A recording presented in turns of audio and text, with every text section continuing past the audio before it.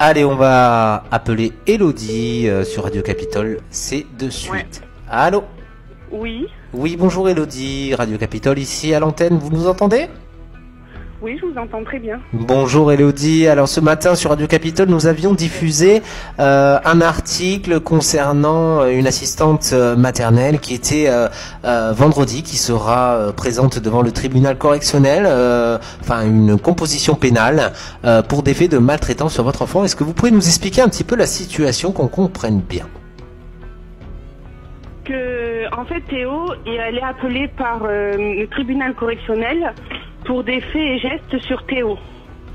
Alors Théo, c'est votre petit garçon qui a quel âge? On va résumer un petit peu la situation pour les auditeurs et les lecteurs qui nous écoutent, puisqu'ils ne connaissent pas forcément l'histoire, ils n'ont pas forcément vu l'article auquel on les invite à consulter l'article.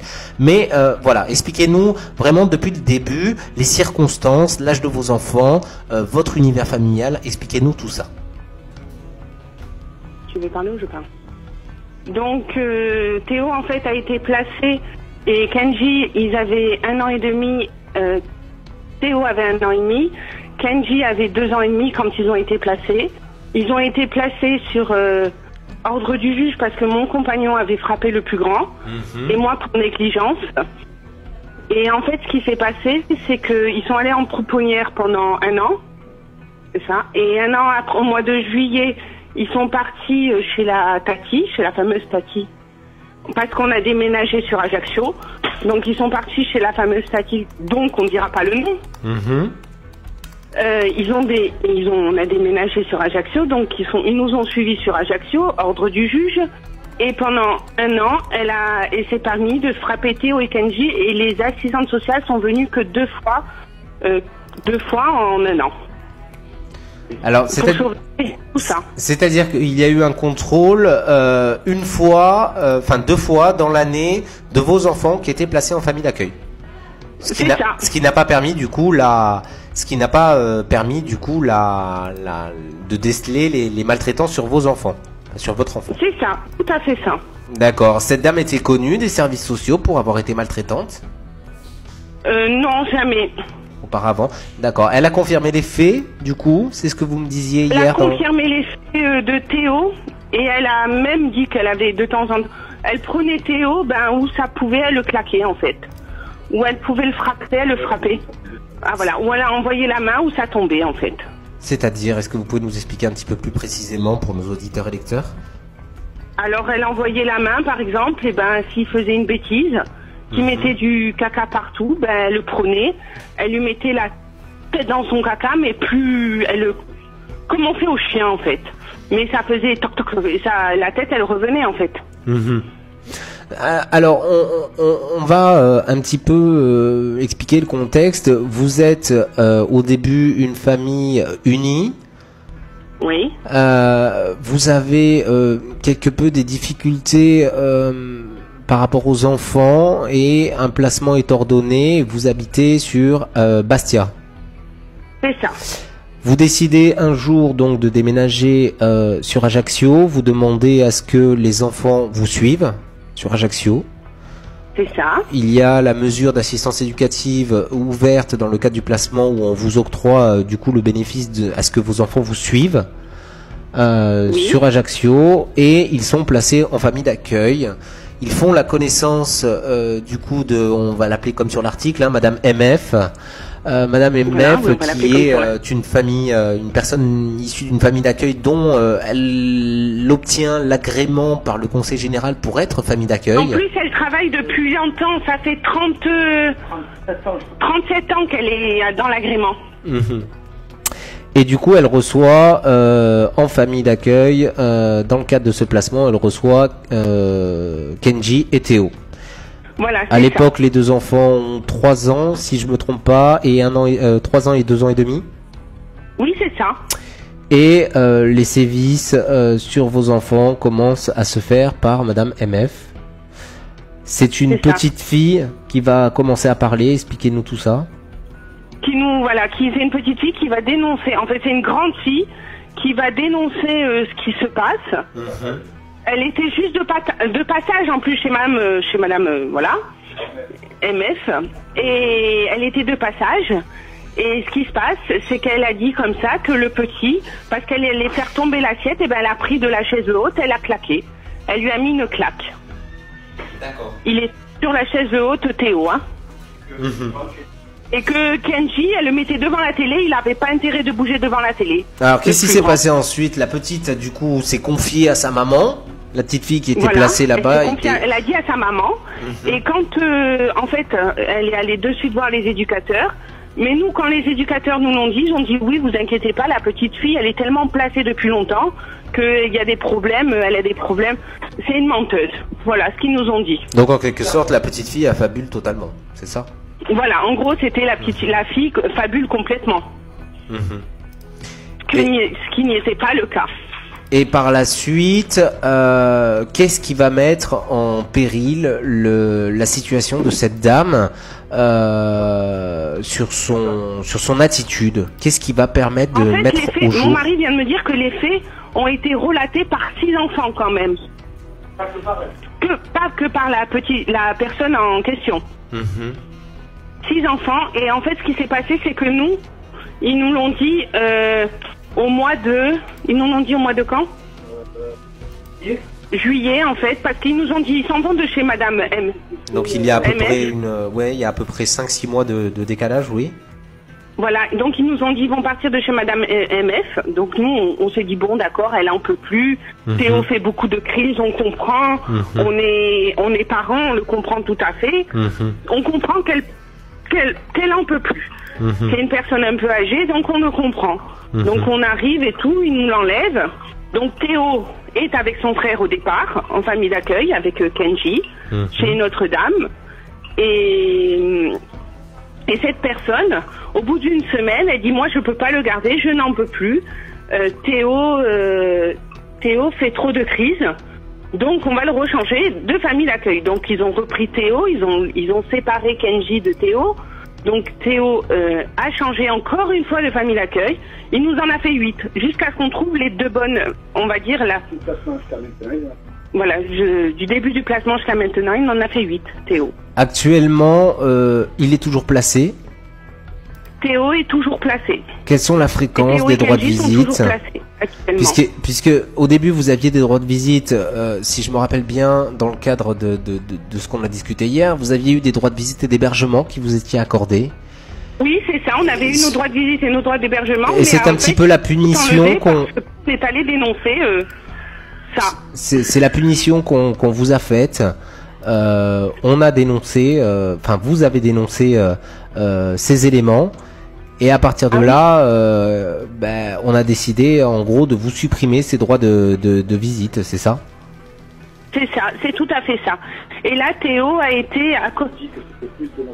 Voilà, ils ont dit que c'était de notre faute, plus que de la famille où il était Théo. Voilà. Qu'on n'arrivait pas à gérer nos enfants. D'accord. La psychiatrie à cause de ça. Hein. Théo est parti 1 semaine en psychiatrie à cause de ça. 15 jours, oui. Et par la suite, alors, qu'est-ce qui s'est passé pour que cette dame en réponde devant une composition pénale? Alors nous, on l'a su quand on est passé...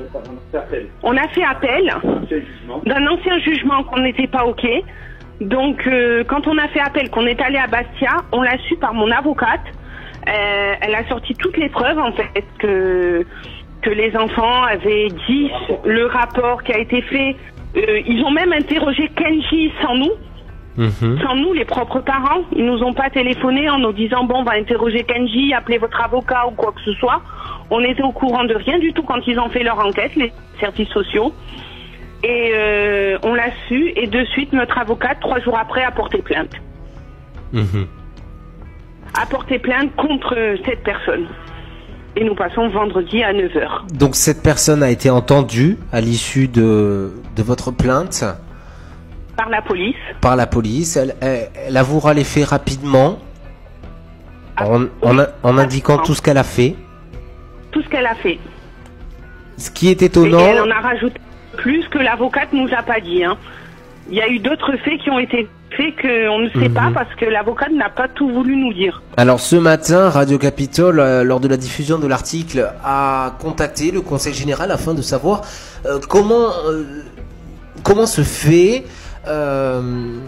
existe, c'est-à-dire que l'assistante maternelle, la famille d'accueil, passe en composition pénale ce vendredi à Ajaccio, et pourtant, elle conserve toujours son droit de garder des enfants. Qu'est-ce que vous en pensez? Ils vous ont répondu ou pas? Non, Allô, on n'a pas eu l'occasion de rappeler la chef de service. d'accord. Donc effectivement, mais ce matin la chef de service n'était pas là, elle n'a pas pu répondre du coup à nos questions, mais ce qui est étonnant, c'est vous d'avoir votre ressenti. Comment ça se fait? Nous, notre ressenti, on ne sait pas parce qu'elle a son dernier agrément, parce que c'est un petit garçon, il paraît qu'elle a depuis des années. Elle a eu à 6 mois, il a 12 ans, donc c'est comme son fils. Donc apparemment, il lui laisse l'agrément, mais ce que je voudrais, c'est qu'on lui enlève l'agrément. Et qu'elle les faits qu'elle a fait sur Théo, parce que Théo, il est perturbé. C'est un enfant maintenant qui est perturbé. Comme on dit sur l'article, c'est un enfant qui est une bombe à retardement. Est-ce qu'il est possible d'avoir le papa un petit peu en ligne sur Radio Capitole?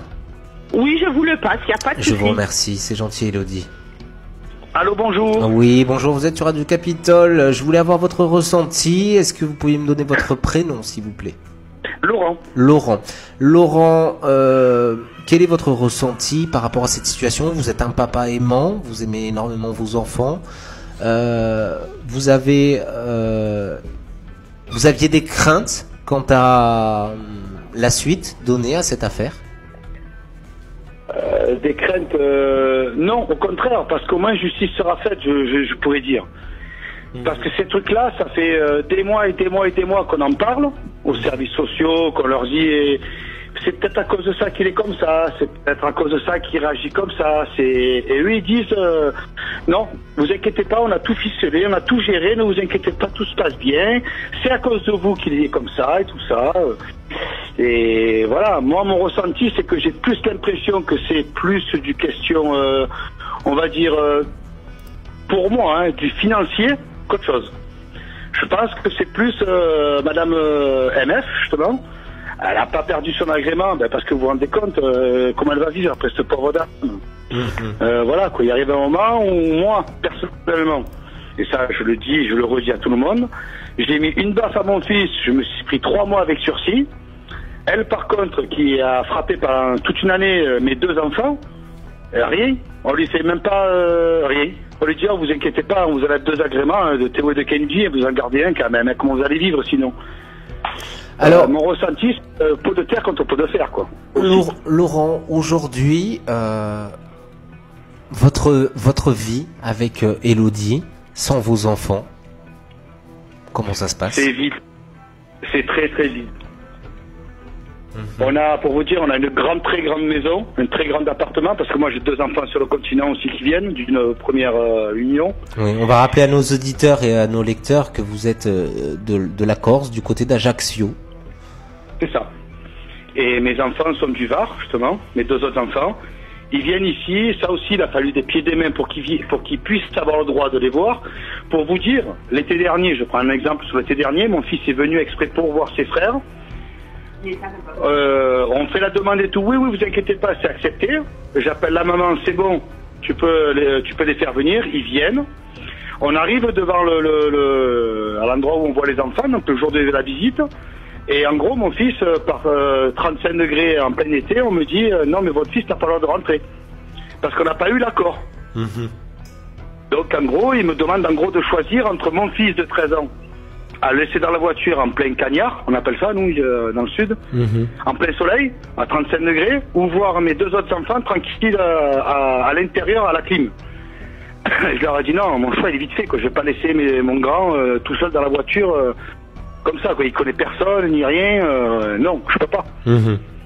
Et quand j'ai rappelé le service que j'ai demandé, ils ont dit non, mais vous comprenez, M. Moreau, ne vous énervez pas, c'est un couac. On me répond ça, c'est un couac qu'on me répond. Comme quoi, c'est comme ça.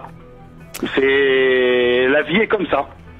Et j'explique que non, mon fils, je paye un billet d'avion pour faire venir mon autre fils, pour qu'il voie ses frères, parce qu'eux aussi sont en demande, mine de rien.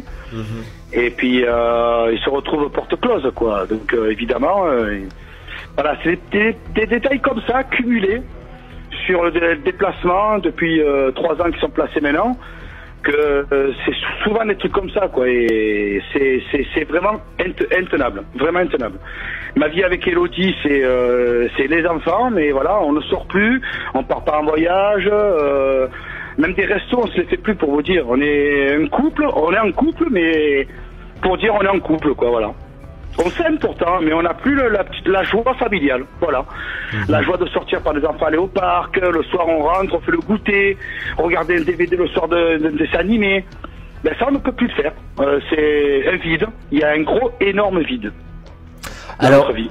Aujourd'hui, Théo et Kenji sont des enfants placés.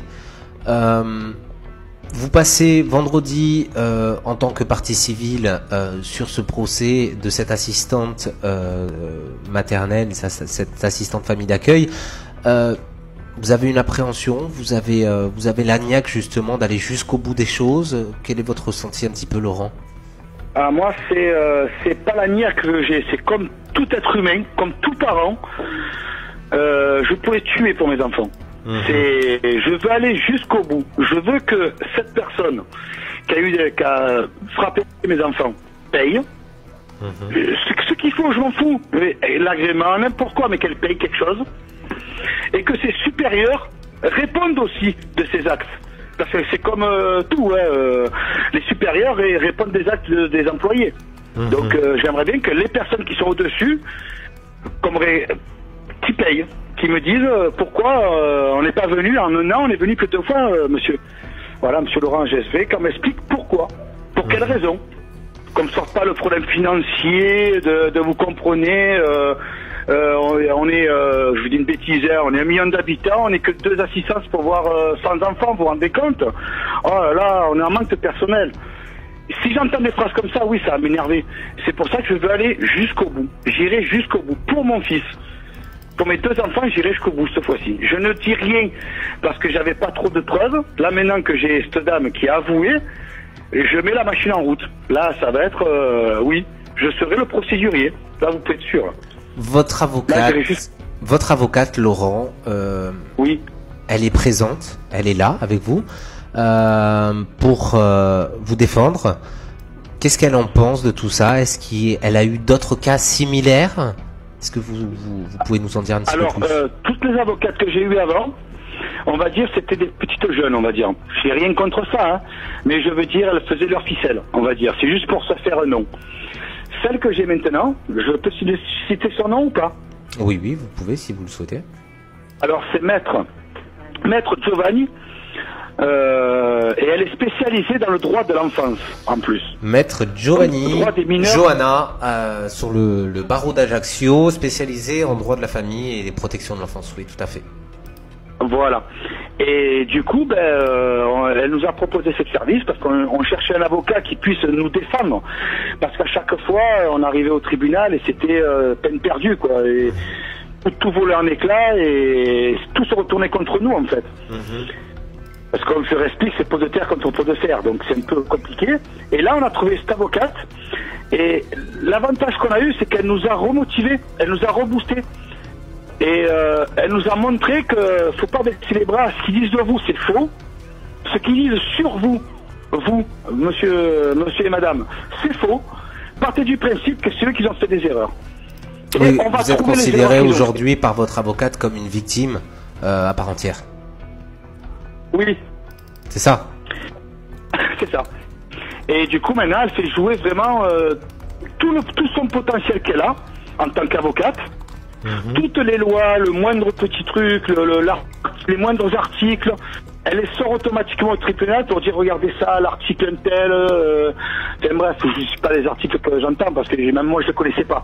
Il y a des articles qui datent de Charlemagne, de Napoléon, ce que vous voulez, là, qui sont encore en vigueur pour les enfants, pour vous dire. Et que le 3/4 des parents, même 100% des parents ne sont pas au courant.